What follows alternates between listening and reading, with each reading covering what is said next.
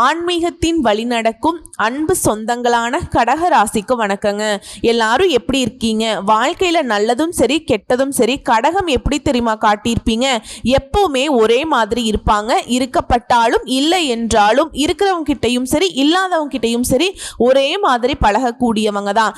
எப்பவுமே தன்னுடைய நிலை அறிந்து செயல்படக்கூடியவங்க. இப்ப உயர்ந்த நிலையில இருந்தா கூட சரிங்க, தான் முன்னாடி எப்படி எப்படி இருந்தங்கிறத மனசுல எப்பயுமே வச்சுக்கிட்டு இருப்பாங்க. யாரையுமே எடுத்தெறிஞ்சு பேச மாட்டாங்க. எல்லாருக்கும் முடிஞ்ச அளவுக்கு ஒத்துழைப்பு கொடுக்கணும்னு நினைப்பாங்க. யாரும் மனசையும் புண்படுத்த கூடாதுன்னு நினைப்பாங்க. அதீத பாசத்துக்கு சொந்தக்காரங்க. இவங்களை பொறுத்த வரைக்கும் தான் உசுர கொடுக்கணும்னு கூட கொடுத்துருவாங்க. ஆனா யாராச்சும் பகைமை பாராட்டணும்னு நினைச்சீங்கன்னா அவங்க கிட்ட உங்களுடைய பாட்சா பலிக்காது. இந்த கடகராசிக்காரங்க தன்னுடைய சந்தோஷத்தை எங்க தெரியுமா தேடுவாங்க? கற்பனையில தேடுவாங்க. நடக்காத விஷயத்தை இப்படி நடந்தா நல்லா இருக்கும்ல, இவங்களோட நம்ம இருந்தா நல்லா இருக்கும்ல, நமக்கு இப்படி ஒரு வாழ்க்கை கிடைச்சா நல்லா இருக்கும்ல, இப்படி இதுலயாவது சந்தோஷத்தை கொஞ்ச நேரம் கற்பனையில அனுபவிச்சுக்கலாமே அப்படின்னு நினைக்கிறது தான் கடகம். ஏன்னா நிஜத்துல ஒரு நாளும் இவங்களை சந்தோஷமா இருந்தது கிடையாது, இருக்க விட்டதும் கிடையாது. பார்க்குறவங்களா பொறாமையில பொங்கி தள்ளுறீங்க. தோற்றம் உங்களை கண்ணை உறுத்துது.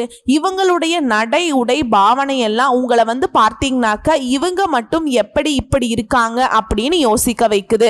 ஆனா கடகம் பார்த்தீங்கன்னாக்க ஒரு நாளும் மற்றவங்களை பார்த்து பொறாமைப்படுறது இல்லை, மற்றவங்க வாழ்க்கையை கெடுக்கணும்னு நினைச்சது இல்லை, மற்றவங்களுடைய பொருட்களுக்கு ஆசைப்பட்டது கிடையாது. ஆனா நான் இப்ப சொன்ன எல்லா விஷயத்தையுமே கடகராசிக்காரர்கள் மீது மற்றவங்க செஞ்சிருக்காங்க. கண் திருஷ்டினா அவ்வளவு இருக்கும். கல்லடி பட்டாலும் கண் திருஷ்டி படக்கூடாதுன்னு சொல்லுவாங்க இல்லையா? ஆனா கடகத்திற்கு கண் திருஷ்டி தான் ஓவர். புரியுதுங்களா? எப்படா இவன் அழுவான் அப்படின்னு மற்றவங்களுடைய எதிர்பார்ப்பு இவங்க மேல இருக்குங்க. இந்த கடகராசிக்காரங்களுக்கு நான் ஒரு கொஸ்டின் கேட்கறேங்க. அதாவது உங்க மனசாட்சி படி உண்மையை பேசணும். என்னன்னா, நீங்க எத்தனை நாள் யோசிச்சிருக்கீங்க நம்ம மற்றவங்களுக்காக இவ்வளவு பாடுபடுறோம், மற்றவங்களுக்காக ஒரு விஷயம்னா எங்கேயாவது ஒரு இடத்துல புரட்டி நம்ம கொடுத்துட்றோம், செஞ்சிடறோம். ஆனா ஏன் நமக்குன்னு வரப்ப மட்டும் நம்ம இப்படி எதுவும் யோசிக்கிறது இல்லை, செய்யறது இல்லைன்னு நினைச்சிருக்கீங்களா? அப்படி நினைச்சிருந்தீங்கன்னா கமெண்ட் பாக்ஸ்ல பதிவிடுங்க. ஏன்னா கடகராசியை பொறுத்த வரைக்கும் மற்றவங்க உங்க மேல வச்சிருக்கக்கூடிய நம்பிக்கை என்ன தெரியுமா? இவங்களால முடியும்பா. அதனாலேயே உங்ககிட்ட நிறைய டிராமாக்கள்லாம் பண்ணி பாசமா இருக்கிற மாதிரியும் நேசமா இருக்கிற மாதிரி உண்மையா இருக்கிற மாதிரியும் பல விதங்கள்ல முதல் அக்கு வரைன்னு சொல்லக்கூடிய அளவுக்கு உங்களுடைய எல்லா உறவுகளுமே இதுல இன்க்ளூடிங் எல்லாமே சேருங்க. பெத்தவங்கள இருந்து கூட பிறந்தவங்க வரைக்கும் எல்லாமே ஓகேங்களா? எல்லா உறவுகளுமே தன்னுடைய தேவைக்கு தகுந்த மாதிரி கடகத்தை பயன்படுத்திக்கிறாங்க. உண்மை நினைச்சீங்கன்னா கமெண்ட் பாக்ஸ்ல பதிவிடுங்க. ஆமா அப்படின்னு போதுமா எங்களை பத்தி நீ சொல்றதெல்லாம் நல்லாதான் இருக்கு, உண்மைதான். ஆனா இதெல்லாம் யாரு மதிக்கிறா? மத்தவங்க மதிச்சாலும் மதிக்காட்டியும் முன்வைத்த கால பின் வைக்காதவங்க நீங்க. சொல்ல தவற விட மாட்டீங்க. மனசுக்கு பிடிச்சிருந்ததுன்னா கணக்கு பார்க்காம வாரி வழங்கக்கூடியவங்க. சட்ட திட்டங்களை அறிந்து பேசக்கூடியவங்க நீங்க. சாமானிய மக்களை விட எளிய மக்களுக்கு அதிகமா உதவி செய்வீங்க. சொல்ல போனா நல்ல அறிவாற்றலும் கற்பனை திறனும் எதையுமே சிந்தித்து செயல்படக்கூடிய குணமுமே கொண்டவங்க தான் இந்த கடகம். எவ்வளவு ஒரு உயர்ந்த உள்ளம்ங்க கடகம். எந்த அளவுக்கு கரெக்டா இருக்காங்கன்னு பாருங்களேன். அந்த கரெக்டான விஷயத்தை எத்தனை பேர் தப்பா மிஸ்யூஸ் பண்றீங்க. இவங்களால எடுத்து பேச முடியாது. இவங்களும் மற்றவங்க மாதிரி சுயநலமாக இருக்க முடியாமலாம் இல்லை, இருக்க நினச்சா இருக்க முடியும். அந்த கனவுல கூட சுயநலம் அப்படின்னாக்கா என்னன்னு தெரியாத அளவுக்கு தான் இவங்க இருப்பாங்க. ஒரு விஷயம் தெரியலையா, போதும், எனக்கு தெரியலைன்னா பரவாயில்ல, நல்லது தெரிஞ்சா போதும், கெட்டது எனக்கு தெரியாமலேயே இருக்கட்டும். இதுதாங்க கடகம். உங்களை பொறுத்த வரைக்கும் தலைப்பை பார்த்துருப்பீங்க. 38 ஆண்டுகளுக்கு பிறகு பாம்பு ரூபத்தில் வரும். கடகராசிக்காரங்களே திடீர் திருப்பங்களுக்கு தயாராக இருங்க. என்னமா இது மொட்டையா சொல்ற மாதிரி இருக்கு? ஆமா, திடீர் திருப்பம்ங்கிறது ஒரு நாள் என் வாழ்க்கையில இந்த விஷயம் நடந்துச்சுப்பா, அன்னையிலிருந்து இன்னைக்கு கொஞ்சம் நிம்மதியா இருக்கேன் அப்படின்னு சொல்லுவீங்க இல்லையா? அப்படிப்பட்ட திருப்பங்கள் தான். பயம் வேண்டாம். காரணம் என்னன்னா, பாம்பு கிரகங்கள் பாம்பு ரூபத்துல வருது அப்படின்னாக்கா பாம்பு கிரகங்களை பற்றி தான் சொல்கிறேன். ராகு கேது பெயர்ச்சினால ஏப்ரல் 26ஆம் தேதி நடந்திருக்கக்கூடிய இந்த பெயர்ச்சி தான் உங்களுக்கு நல்லது செய்ய போகுது. பொதுவாகவே இந்த பாம்பு கிரகங்கள் அப்படின்னாவே நமக்கு கெட்டது மட்டுமே செய்வாங்க. இவங்க வந்து அசுப கிரகங்கள், பாம்பு கிரகங்கள், நிழல் கிரகங்கள் அப்படின்னு சொல்லிட்டு நம்ம சொல்லுவோம். ஆனா இவங்களை பொறுத்த வரைக்கும் கெட்டது மட்டுமே செய்வாங்கிறது கிடையவே கிடையாது. அதாவது விசுவாவசு வருடம் சித்திரை மாதம் 13ஆம் தேதி, அதாவது வாக்கிய பஞ்சாங்கத்தின்படி ஏப்ரல் 26ங்க. அதுவே திருக்கணித பஞ்சாங்கத்தின்படி பார்த்தோம்னாக்கா மே 18ஆம் தேதியில நடக்கக்கூடிய இந்த ராகு கேது பயிற்சினால கடக ராசிக்கு கூரையை பிச்சுக்கிட்டு கொட்டக்கூடிய பணம் குரு அருளாலும் வெற்றி மேல் வெற்றி கிடைக்கும். இது என்ன ராகுக்கு எதிர்பெயர்ச்சியில வந்து குரு அருள்னு சொல்றீங்க? காரணம் சொல்றேங்க, கேட்டுக்கோங்க. ஒவ்வொரு கிரகமும் ஒரு குறிப்பிட்ட கால இடைவெளியில தன்னுடைய இடங்களை மாற்றும். இது வந்து வழக்கம், இது எல்லாருக்கும் தெரிஞ்ச விஷயம்தான். இந்த வருஷத்தை எடுத்துக்கிட்டோம்னா சனி பெயர்ச்சி, குரு பெயர்ச்சி, ராகு கேது பெயர்ச்சி அப்படிங்கிறது முக்கியமா நடைபெறுதுங்க. அதுல இந்த ராகு கேது அப்படிங்கிறவங்க யாரு அப்படின்னு பார்த்தீங்கன்னா நிழல் கிரகம். சந்திரன் மற்றும் சூரியனால கிரகணம் ஏற்படும் போது உருவாகிறவங்க தான் இவங்க எப்பவுமே பின்னோக்கி நகரக்கூடியவங்க. இவர்களால பெரும்பாலும் வந்து தீமை மட்டுமே விளைவிக்க முடியும் அப்படிங்கிறது வந்து நம்முடைய எதிர்பார்ப்பு. ஆனா இவர்களை பொறுத்த வரைக்கும் இவங்களுக்கு தனி சுபாவம் இல்லை. இவங்க இருக்கக்கூடிய இடத்தை பொறுத்துதான் பலன் தரக்கூடியவங்க. அதாவது கடகராசிகளுடைய வாழ்க்கையில பல்வேறு பாதிப்புகளை ஏற்படுத்துறவங்க இவங்க. இப்போ நட்பலன்களை அள்ளி கொடுக்கக்கூடிய நேரம். ராகு கேது அப்படின்னாவே பாதிப்பு தானே அப்படின்னு மக்கள் நினைக்கிறாங்க. அப்படி நிச்சயமா இல்ல. நல்லதையும் செய்வாங்க, தீமையும் செய்வாங்க. சோ இப்படிப்பட்ட இவங்க ராகு பகவான் மீன ராசியிலிருந்து கும்பத்துக்கும், கன்னி ராசியிலிருந்து கேது பகவான் சிம்மத்துக்கும் போறாங்க. அதாவது பெரிய பெரிய பிரச்சனைகளை சந்தித்து மோசமான நிலையில தள்ளப்பட்டு இதெல்லாம் வந்து எப்படா சரியாகும்னு நினைச்சா நீங்க அதிர்ஷ்டமான பலன்களை கிடைக்கக்கூடிய நேரம். மிகப்பெரிய சந்தோஷம் கிடைக்கும். சரிங்களா? கடகராசிக்காரங்கள 9ல ராகு, அஷ்டம சனியால இதுவரைக்கும் வீட்டில் எந்த விதமான சந்தோஷமே இருந்திருக்காது. மோசமான காலகட்டமாக இருந்திருக்கும். தற்போது அஷ்டம சனியால இருக்கக்கூடிய நிலைமையில 9ஆம் இடம் என்பது பாக்கியஸ்தானத்துக்கு சனி போறது. அஷ்டமஸ்தானத்துக்கு ராகு வந்தாலும் குருவின் பார்வை இருப்பதனால பெரிய பாதிப்புகள் இனி இல்லை உங்களை. அதாவது அப்படி பாதிப்பு வருதா அப்படின்னு கேட்டீங்கன்னா 100க்கு 20% ராகுவால பாதிப்பு வரும்.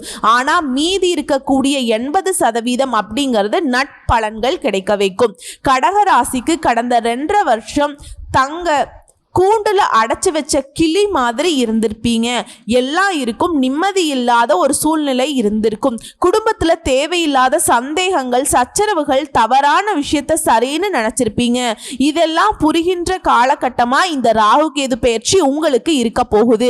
இனி எல்லா பிரச்சனைகள்ல இருந்துமே உங்களுக்கு விடுதலை ஏற்பட போகுது. எதிர்பார்க்காத திடீர் அதிர்ஷ்டங்களும் உண்டாகும். நண்பர்களால அதிர்ஷ்டம் உண்டாகும். காப்பீடு, உயில், லாட்ரி இந்த மாதிரியான விஷயங்கள்ல அதிர்ஷ்டம் உண்டாகும். அதுவே தொழிலை பொறுத்த வரைக்கும் பார்ட்னர் ஆகக்கூடிய யோகம் இருக்கு. எதிர்பார்க்காத விஷயங்கள் எதிர்பார்க்காத நேரத்துல நடந்து உங்களுடைய பதவிக்கு நீங்க போவீங்க. அதுவும் உயர் பதவிக்கெல்லாம் போகக்கூடிய வாய்ப்புகள் அமைஞ்சிருக்கு. அதே மாதிரி தந்தையின் பதவி கிடைக்கும். ரயில்வே, அரசு துறைகளில் வேலை கிடைக்கிறதுக்கு வாய்ப்பு இருக்கு, ஆண்களோ பெண்களோ.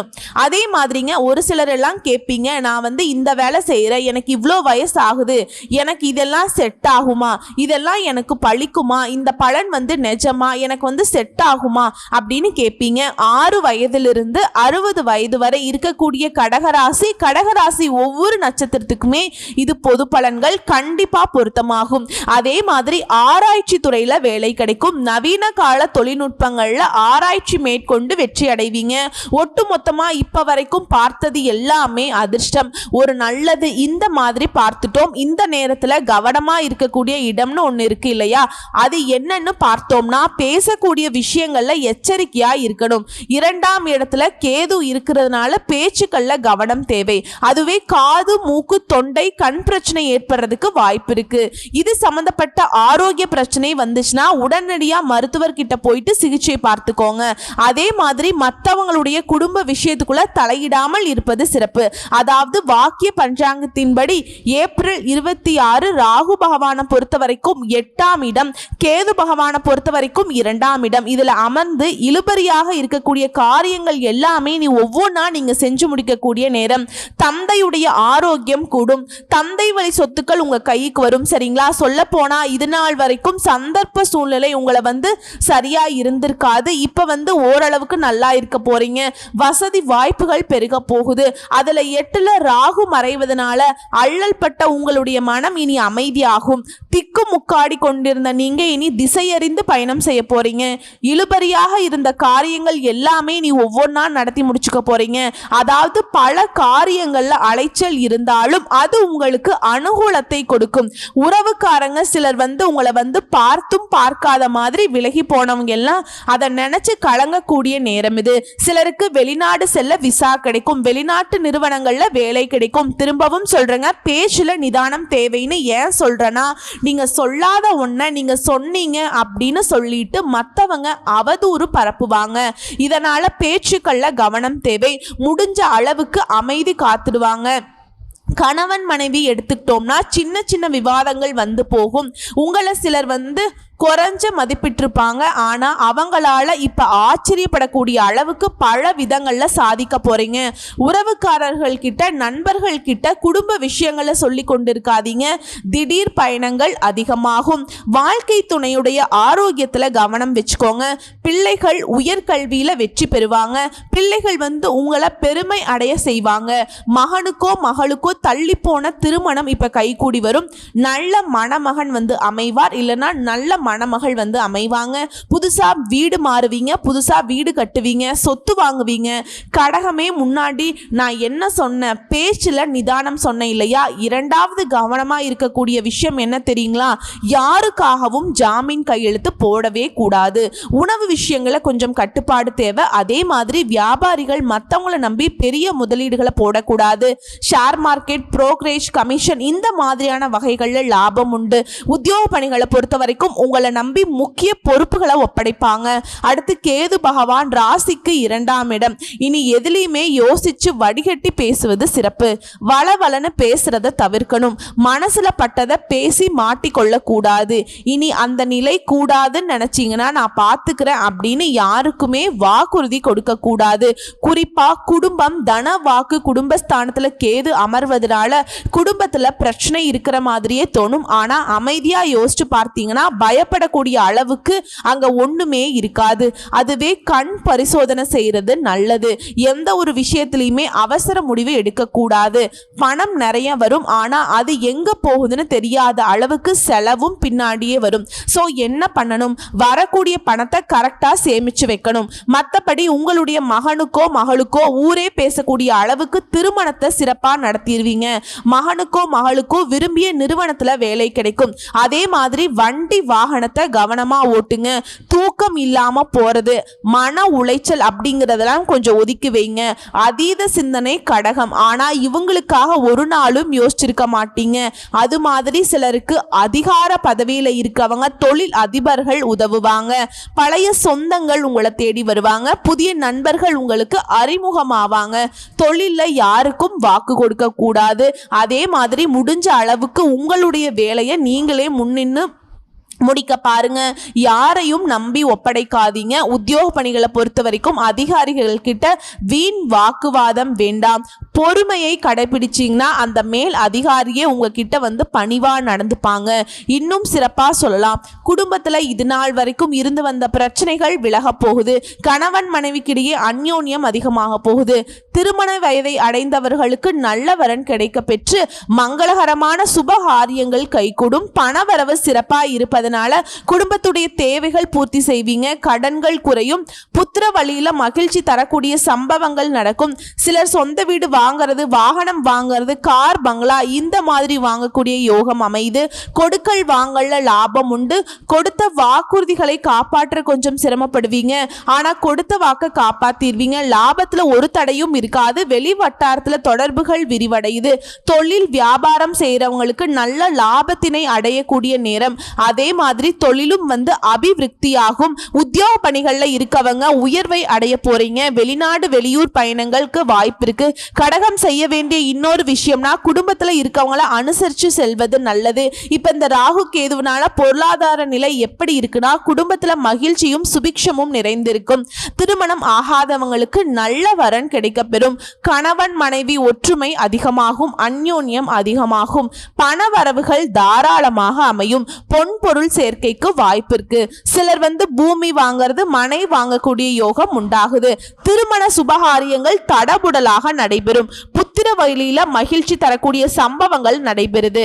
கொடுக்கல் வாங்கல் பொருளாதார நிலையில மிகவும் முன்னேற்றமாக இருக்கக்கூடிய நேரம். கொடுக்கல் வாங்கல்ல சரளமான நிலையை அடைய போறீங்க. கொடுத்த கடன்களும் தடையின்றி வசூலாகும். பெரிய தொகைகளுமே எளிதில் ஈடுபடுத்தி லாபம் காண முடியும். வெளிவட்டார தொடர்புகள் விரிவடையுது. பெரிய மனிதர்களுடைய நட்பு கிடைக்குது. உங்களுக்குள்ள வம்பு வழக்குகள் ஒரு முடிவுக்கு வருதுங்க. அடுத்து தொழில் வியாபாரம் செய்யறவங்களுக்கு லாபம் பெருகுது. புதிய வாய்ப்புகள் உங்களை தேடி வருது. எடுக்கக்கூடிய முயற்சிகள் அனைத்திலுமே வெற்றி கிட்டுது. அரசு வழியில எதிர்பார்த்த உதவிகள் கிடைக்குது. புதிய கூட்டாளிகளுடைய சேர்க்கை அபிவிருத்தியை பெருக்க உதவுது. வெளியூர் தொடர்புடைய வாய்ப்புகளும் கிடைக்கப்பெறும். அடுத்து உத்தியோக பணியில் இருக்கவங்க உயர் அதிகாரிகளுடைய ஆதரவையும் மகிழ்ச்சியையும் தரக்கூடிய நேரம். திறமைக்கேற்ற பாராட்டுகளும் கிடைக்கப்பெறும். எதிர்பார்த்த இடமாற்றங்களும் ஊதிய உயர்வுகளோட மாற்றமும் கிடைக்கும். அதே மாதிரி நீங்க எடுக்கக்கூடிய வேலையை திறம்பட செய்து முடிக்க முடியும். அதே மாதிரி வேலைக்காக வெளிநாட்டுக்கு போகணும்னு வெளியூருக்கு போகணும்னு நினைக்கிறவங்களுக்கு உங்களுடைய விருப்பங்கள் நிறைவேறும். பயணங்களால அனுகூலம் ஏற்படுது. நினைச்சது எல்லாமே நிறைவேற்றி கொள்ளக்கூடிய ஒரு மகிழ்ச்சி தரக்கூடிய சூழல் இருக்குது. அடுத்து அரசியலை பொறுத்த வரைக்கும் பெயரும் புகழும் உயரக்கூடிய காலமா இருக்கு. எடுக்கக்கூடிய முயற்சிகள் அனைத்திலையுமே வெற்றி கிட்டும். கட்சி பணிக்காக அடிக்கடி பயணம் மேற்கொள்வீங்க. மக்களுடைய ஆதரவு சிறப்பா இருக்கிறதுனால வெற்றிகள் குவியும். பணவரவு தாராளமா இருக்கும். பதவிகள் தேடி வரும். அடுத்து விவசாயிகளுக்கு பயிர் விளைச்சல் மிக சிறப்பா இருக்க போகுது. விளை பொருளுக்கு ஏற்ற விலையும் சந்தையில கிடைப்பதனால தாராளமான தனவரவு உண்டாகுது. புதிய முயற்சிகளை கையாண்டு அபிவிருத்தியை பெருக்குவீங்க. புதுசா பூமி நிலம் மனை போன்றவற்றில் முதலீடு செய்து அதை வாங்கக்கூடிய யோகத்தை உண்டாக்குது.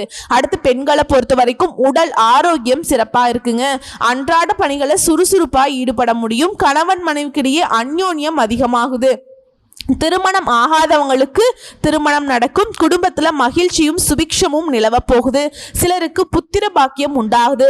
சொந்தமா கார் வாங்குறது பங்களா வாங்குறது இந்த மாதிரியான யோகம் இருக்கு. சேமிப்புகள் பெருகுது. அடுத்து கலைஞர்களுக்கு புதிய வாய்ப்புகள் தேடி வருதுங்க. புதிய ஒப்பந்தங்கள் கையெழுத்து போடுவீங்க.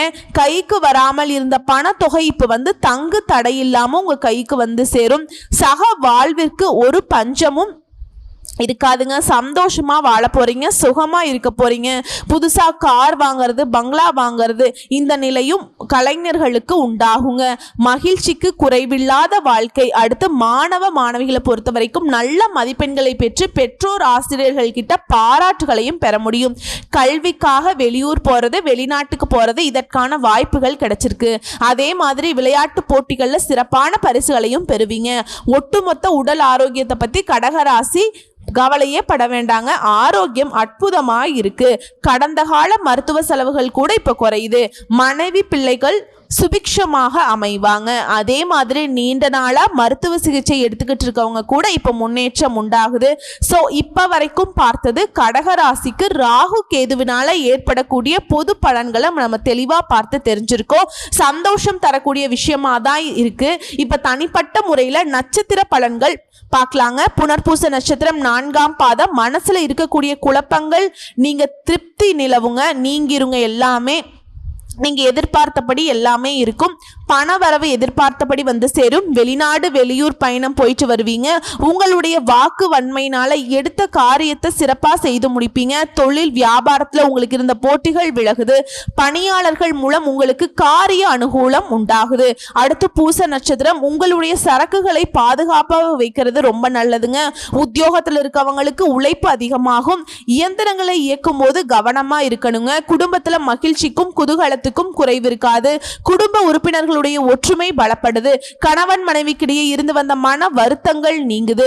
அடுத்து ஆயில்ய நட்சத்திரம். குழந்தைகளுக்கு நீங்க வந்து ரொம்ப அறிவுரை கொடுத்திருப்பீங்க, அவங்க வந்து உங்க சொல்படி நடந்துப்பாங்க இனிமேல்.